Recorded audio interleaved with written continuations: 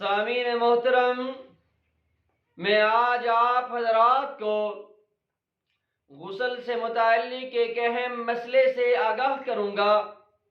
وہ یہ کہ میرے دوستو، کہ جو تقریباً ہر نوجوان شخص کے ساتھ وہ مسئلہ لاحق ہوتا ہے کہ اگر کسی کے اوپر غسل واجب یا فرض ہو جائے، یعنی سوتے میں اسے احتلام ہو گیا،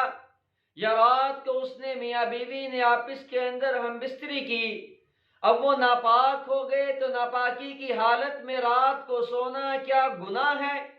اگر وہ غسل کیے بغیر رات کو سو گئے تو کیا ساری رات انہیں گناہ ملتا رہے گا، یا اسلام میں اس کی اجازت ہے کہ آپ بغیر غسل کیے سو جائیں اور صبح کو اٹھ کر غسل کریں؟ تو میرے دوستو توجہ کیجئے اور سمجھئے۔ سب سے پہلی بات یہ ہے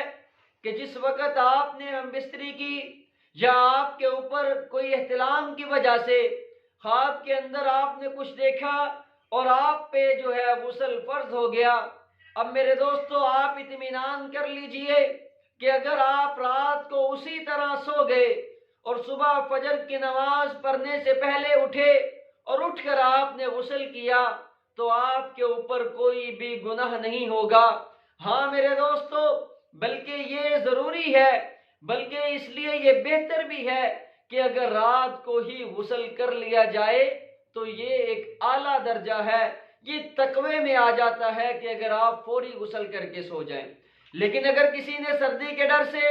یا ویسے ہی نہ کیا، گناہ پھر بھی نہیں، لیکن یہ علماء کیوں کہتے ہیں کہ رات کو کر لینا چاہیے فوری؟ اس کی ریزن یہ لکھتے ہیں کہ کہیں ایسا نہ ہو خدا نہ خواستہ اسے رات کو موت آ جائے اور وہ ناپاکی کی حالت میں مر جائے۔ یعنی انسان جب اپنے رب سے ملے، اس کی روح جب نکلے اپنے رب سے ملاقات کے لیے جائے تو وہ پاک ہونا چاہیے، اس کا جسم پاکیزہ ہونا چاہیے۔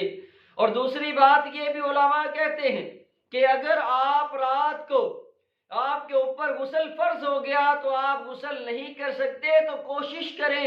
کہ آپ وضو کر لیں، کم از کم کہ وضو کر کے سو جائیں۔ یہ بغیر غسل کرنے کے سونے سے بہتر ہے۔ یعنی اگر آپ نے غسل نہیں کیا تو آپ وضو کر لیں اور اس کے بعد سو جائیں، اور صبح فجر کی نماز پڑھنے سے پہلے آپ غسل کر لیں تو آپ کے ذمے کوئی گناہ نہیں ہوگا۔ یعنی غسل لیٹ کرنے کی وجہ سے کہہ رہا ہوں۔ اسی طرح اگر کسی شخص کے اوپر دن میں غسل فرض یا واجب ہوا، مثال کے طور پر فجر کے بعد، اور اس نے ظہر کی نماز تک غسل نہ کیا اور ظہر کی نماز سے پہلے غسل کر لیا، تو اب میرے دوستو اس پر بھی کوئی گناہ نہیں، اور بہتر اس کے لیے بھی یہی ہے کہ وہ فوری غسل کرے، اگر نہیں کرتا تو کم از کم وضو کر لے۔ تو میرے دوستو یہ وہ چیزیں ہیں کہ جنہیں ہمارے لیے سننا سمجھنا بہت اہم ہے، چونکہ اللہ جل جلالہ کے حبیب نے فرمایا کہ ہر اس شخص کے اوپر اتنا علم، ہر مسلمان کے اوپر اتنا علم حاصل کرنا فرض ہے جس سے وہ جائز ناجائز پاکی ناپاکی کا اسے علم ہو سکے، اسے پتہ چل سکے۔ تو میرے دوستو یہ ضروری مسائل سیکھنا